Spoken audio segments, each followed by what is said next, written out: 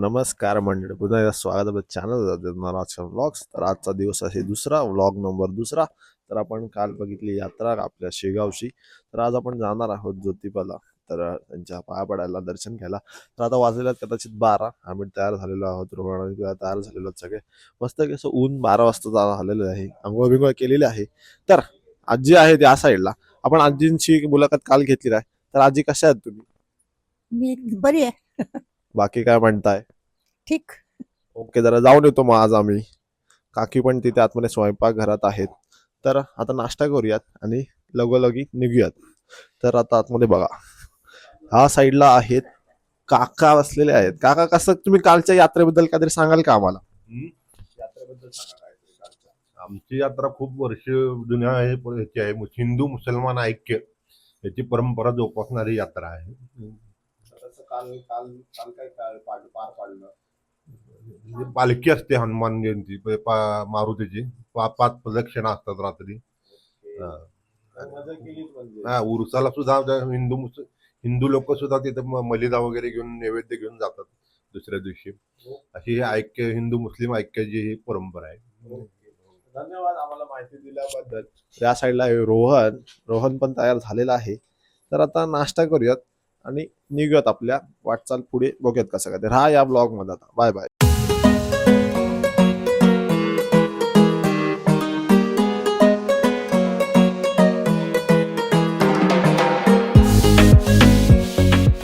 मंडळी, आता आम्ही निघालेलो आहोत. तर तयारी झालेली आहे सगळी. तर जाऊया ज्योतिबाच्या नावानं. ओके, चला गणपती बाप्पा मोरया. तर मंडळी, आता आणलेलं आहे रोहन शेटने पेट्रोल पंपावर. आणि रोहन शेट मारतायत काहीतरी सीन एकदम आईच्या गावात. ओके, तर अशा प्रकारे आपण आता आलेलो आहोत वडगावच्या या पेट्रोल पंप वरती. रोहन भाई, कडक असं वाटतंय. कसं वाटतंय रोहन? मस्त मस्त. ओके, चला आता जाऊयात पुढे वाडी रत्नागिरीला.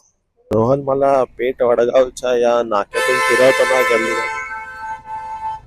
बाबा बाबा, काय घाई आहे नक्की पाठच्या कळत नाही. तर कडक असं एकदम संग्राम चौगुलीचा फोटो बॅनर होता तिथे. ओके, चला पुढे जाऊयात.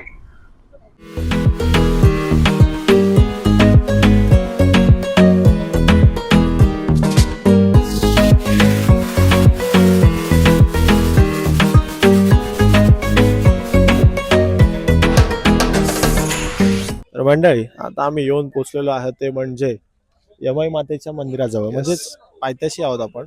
तर काय म्हणशील रोहन भाई, कसं वाटलं? ज्योतिबाच्या पायथ्याला एक ऐतिहासिक मंदिर आहे. हम्म. त्या मंदिराला वेगवेगळ्या काहीतरी हे आहे, मस्तपैकी मूर्ती आहे यमाईची. ती आता बघू आपण. ओके, तर हे आहे मंदिर तिथे. त्या मंदिराच्या मागं काहीतरी इतिहास पण लिहिलेला आहे. ओके, आपण दाखवू पुढे जाऊन. 100%. चला जाऊयात आता आपण, जरा पाया पडूयात यमाई मातेच्या. इथून वर नेतात ज्योतिबाच्या देवळाकडे. मंडळी, ज्या आपण ज्योतिबा देवाला ते चैत्र यात्रा असते तेव्हा जे सासन काट्या असतात त्या ह्या मार्गाने वरती डोंगराजवळ नेतात, समजलं? तर इथूनच नेतात. ओके, जाऊया तर आता, पाया पडूयात आणि पुढे दाखवतो कसं काय ते.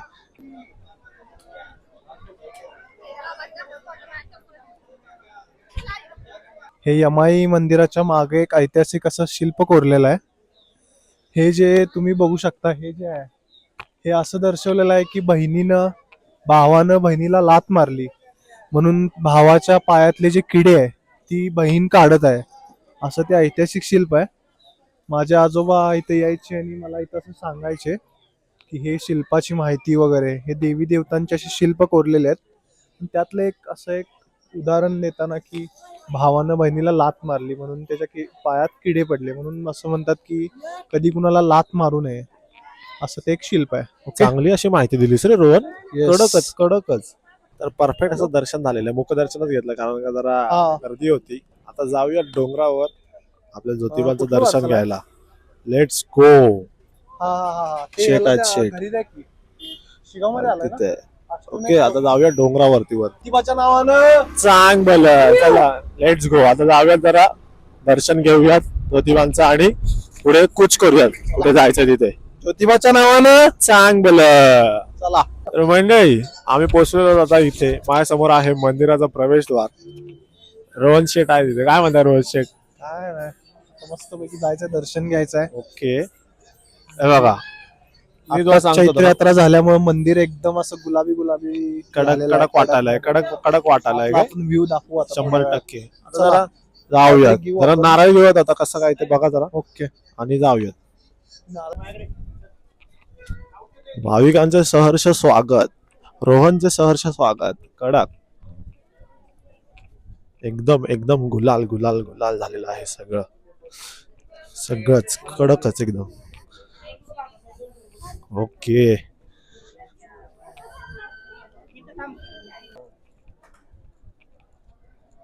तर पुन्हा एकदा आलेलो आहे 4 वर्षांनी मी रोहन शेठ सोबत.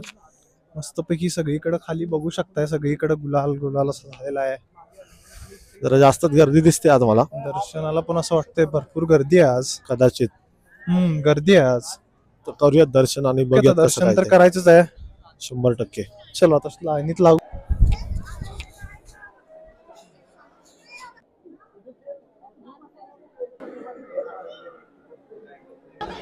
मंडळी आता आलेलो आपण झालेलं आहे दर्शन. वरातला दर्शन देताना रोहन तर आलेलं आमचं दर्शन, फोटो काढूया जरा कडक मध्ये आणि पुढे कुछ करूया. मंडळी ही जी तोप तुम्हाला दिसते ती चैत्र यात्रेला तुम्ही नक्कीच रील बघितल्या असतील, तेव्हा हीच ती तोप आहे जिला 12 उडवतात. कडक असं एकदम ऐतिहासिक असं रोहन आपल्याला इथे कडक असं दर्शन घेऊन दिलेलं आहे. वेगळंच काहीतरी मी बघितलं, अनुभवलं या टाइमला. कडकच. आता फोटो काढूयात आपण. तर मेमरी म्हणून रोहन आणि मी या अँगलनी जरा फोटो काढलेला आहे. तर नक्कीच आम्ही एक डिजिटल कॉपी घेतोय आणि एक फोटो कॉपी. तर नक्की या मेमरीज बनवा. तर आमची अशी एक मेमरी. तर मंडळी आपल्याला इथे ऋत्विक दादा भेटलेला आहे, जो रोहनचा मित्र आहे आणि त्याने आपले मस्त फोटो खाली काढलेले आहेत. एकदम भारी असं वाटलं. तर ऋत्विक दादा पहिला तर आपल्या ब्लॉगवरती तुझं स्वागत आहे. थँक्यू. तर आपल्या पाठी आहे ज्योतिबा मंदिर. दादा आपल्याला थोडीशी माहिती देणार आहे कसं काय 1 एप्रिलला कसं तो चैत्र यात्रेची पालखी पार पडली आणि कसं काय त्याच्यात वैशिष्ट्य होतं ते आपल्याला दादा सांगणार आहे याच्यात. तर दादा जरा सांग. सासनगाडी 110 सासनगाड्या असतात. त्यानंतर सासनगाडी इथून 30 ते 35 पुढं असतात. इथून सासनगाडी मंदिराभोवती प्रदक्षिणा घेऊन यमाई मंदिरला जातात. ते कसरतीचं काम असतं भरपूर. त्यानंतर तिथे पालखी सोहळा पण होतो वर्षातून एकदा. यमाई देवीचा विवाह सोहळा संपन्न होतो. तिथे बघण्यासारखा भरपूर म्हणजे उत्साह पण असतो. यात्रा पण लाखोमध्ये असते. भरपूर प्रसन्न वाटतं. म्हणजे एकतर मजा असते. आणि तू असते. कधी सासन काठी घेतलीस खांद्यावरती, त्याचा घेतली. एक्सपिरियन्स सांगशील जरा. आमचं बालपणच इथं झाल्यामुळे आम्ही लहानपासून इथेच वाढल्यामुळे आमचे म्हणजे भरपूर कसरत पण असते आणि ओढ पण असते. आता तुम्ही लहानग्यांचं बघितलं, माझं पेज आहे इंस्टाग्रामला ऋतिक ठाकरे क्लिक्स म्हणून. त्यावरती मी पूर्ण माहिती पण दिलेली आहे. लहानपणापासून आम्हाला ओढ असते की आधी चैत्र यात्रा येते. पूर्ण बघण्यासारखं असतं भरपूर. यंदाच्या वर्षी काही जमलं नाही मला 1 तारखेला यायला, पण पुढच्या वर्षी नक्कीच जरा Next time. जमवीन आणि ऋतिक दादाला परत भेटेन आणि तेव्हा तो नीट आपल्याला सांगेल कशी काय असते, तेव्हा ऑन द स्पॉट सांगेल तेव्हा तो. तर मजा आली तुला भेटून. Okay thank you. पुन्हा भेटूयात आपण. तर राहा या ब्लॉग मध्ये पुढे. ओके नेक्स्ट टाइम असतो आपण तिथं ब्लॉग झाला असता खरं शिखरवरती आलं नसतं. ऋतिक दादा धन्यवाद. आता भेटूयात पुन्हा एकदा. तर बाय बाय. चलो बाय. तर मंडळी मस्तपैकी दर्शन झालेलं आहे. वरचा व्ह्यू सुद्धा आम्ही बघितलेला आहे ऋतिक दादा सोबत. तर रोहन तुला कसं वाटलं यंदाचं हे? मस्तपैकी आता दर्शनात आपण करून आलेलो आहे. चैत्र यात्रा होऊन आता 4 ते 5 दिवस होत आहेत. बरोबर आहे. अजून पण माहोल आहे. मस्तपैकी गर्दी आहे. एकदम मजा एकदम छान वेगळंच. असं दर्शन आणि झालं. या वेळेला मी वेगळं दर्शन घेतलं म्हणजे शर्ट काढायचं आणि आतमध्ये जायचं. हा. तर मजा ते भारीच वाटलं मला ते, भारीच कारण का वाटलं. गेल्या टायमाला आलो तेव्हा जरा धावपळ झालेली आणि कडक असं वाटतंय. आता पुढे कुठे काय जायचं आपल्याला? पुढे आता आपण जायचं आहे पन्हाळ्याला हा आणि पावनगड करायचंय. ओके मस्तपैकी आपण आता जेवायचं आहे. डबा आणलेला आहे. ओके. जीव आता तू काहीतरी. एकदा सांगितलं माहितीये का मला की दुसऱ्या दिवशीच पाऊस पडतो हा. आणि हे धुवून निघतं सगळं. तर यंदाच्या वर्षी वेगळं झालं. या यंदाच्या वेळेला काय झालं, यात्रेतच पाऊस पडला मस्तपैकी. बरोबर. त्यामुळं एकदम माहोलच वेगळा झाला. तर मंडळी आपण आता निघूया तिथून आणि पुढच्या वाटचालीसाठी करूयात. चलो. धन्यवाद. बाय. शेट काय म्हणतो बाकी? मस्त आता मस्तपैकी दर्शन झालेलं आहे. ओके. शासन काटा बघा मंडळी, शासन शासन काठी. काट्या. आता कुठे जायचं आपल्याला? कुठून जायचं बोलतो? आता जायचं आपल्याला तिकडनं ओके दक्षिण दरवाजावरनं. ओके. हे बघा इथे नारळ सोडून देतात. रोहन बोलला घरी घेऊन जा, मुंबईला घेऊन जातो आणि तिथे सोडून खा बोलतो. तर असं एक आपण जरा एक प्रदक्षिणा मारूयात आणि कल्टी मारूयात घरी. घरी नाही म्हणजे आईला पन्हाळ्याला जाऊया. फुल एकदम गुलाबी गुलाबी काय म्हणतो. इथे आल्यावर ते एकदम गुलाबी गुलाबी होऊनच जायचं. आम्ही काय झालो नाही, आता जरा जायचंय म्हणून. आता बाय बाय. तर मंडळी ते बोलले होते मामा इथे या लस्सी प्यायला, मामाने घेऊन आला मला लस्सी प्या. 100%. आता आलोय पियाला लस्सी. कोल्हापूरची फेमस वारणा लस्सी आता आपण पितोय. Okay okay 100%. बोल बोल. 2 वारणा लस्सी. ओके इथे वारणं तर कसं हे आहे ना इथे. हा कट करून द्या. ओके वारणाचं कसं म्हणतो इथे. वारणाचं एकदम फुल विषय हा आहे बोलतो. इथं जवळच वारणा नगर म्हणून गाव आहे ज्योतिबाच्या पायथ्याला. ओके तिथं हे सगळं उत्पादन येतं. चला शाबास. आता पियायचं कडक एकदम. अरे शेट काढतात एटीएम मधून पैसा. Let's go. आता बघूयात कसं मजा येते की नाही पियाला. तर मंडळी भुरका मारून पिऊया बघू कसं मस्तपैकी वारणा लस्सी. आणि जो मागचा हा ऑडिओ येतोय मस्तपैकी एक ऍड आहे वारणा लस्सीची. आणि ज्योतिबा कोल्हापूर जिल्ह्यात कुठे जरी ऐकली तरी कोल्हापुरात आल्यासारखं वाटतं. एकदम कडक. आता पिऊया आणि पुढच्या कुच करूया आपण काय बोलतो. Yes. तर पितो तर आम्ही वारणा लस्सी ब्रेक. वारणा लस्सी ब्रेक.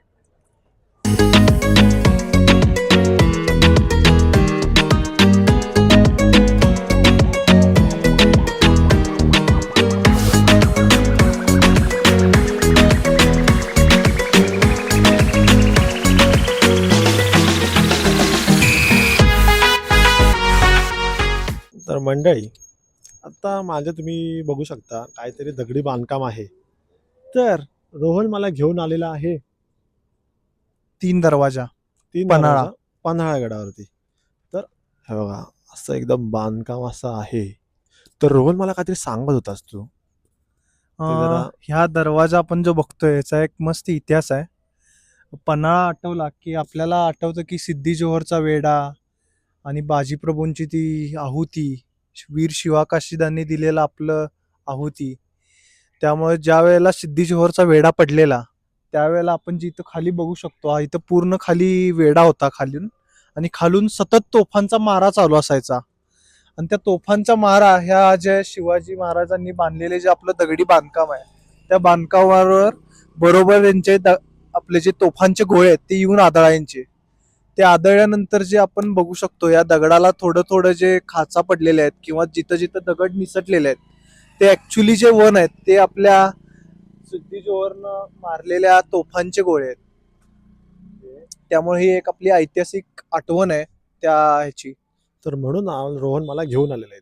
तर आता आपण पुढे जाऊन कसं काय आहे ते बघूयात. ओके. ओके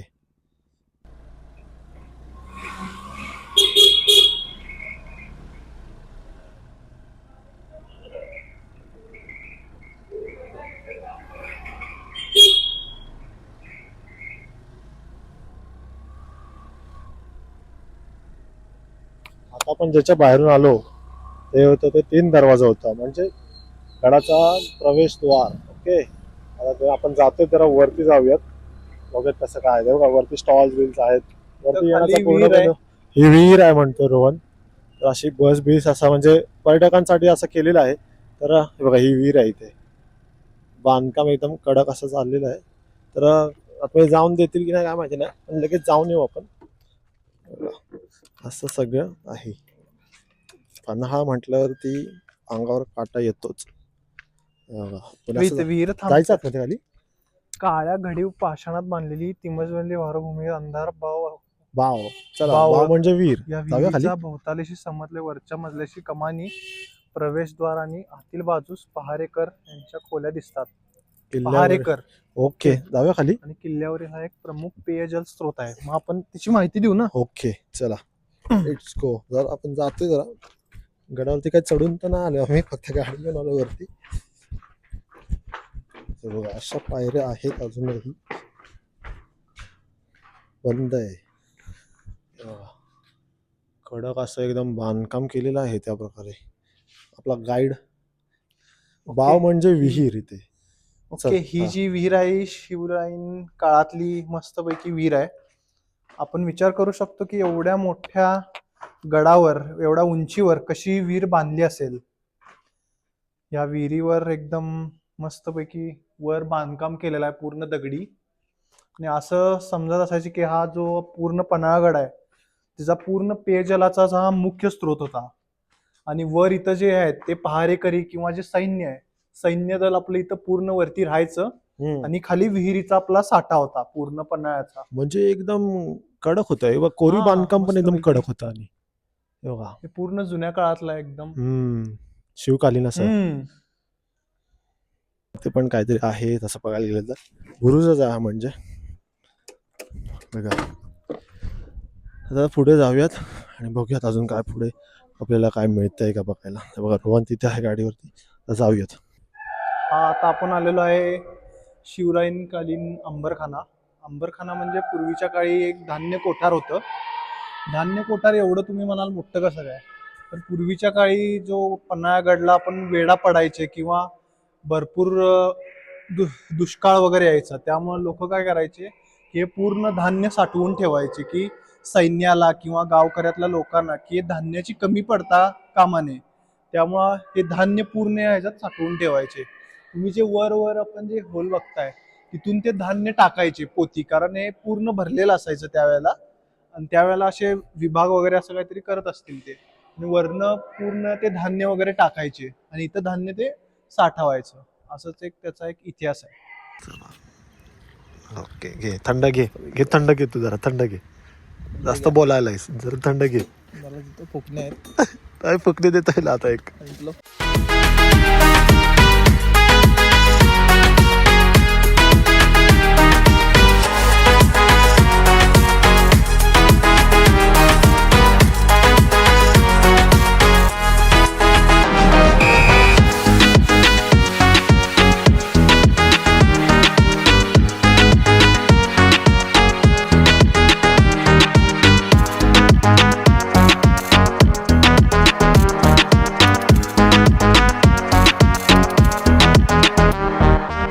आपण आता येऊन पोचलेलो आहोत ते म्हणजे वीर शिवा काशीद यांच्या समाधीजवळ.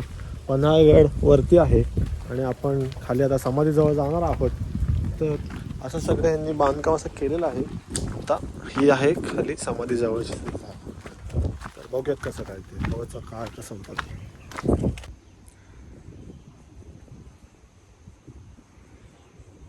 तर ही आहे ती समाधी नरवीर शिवा काशीद यांची.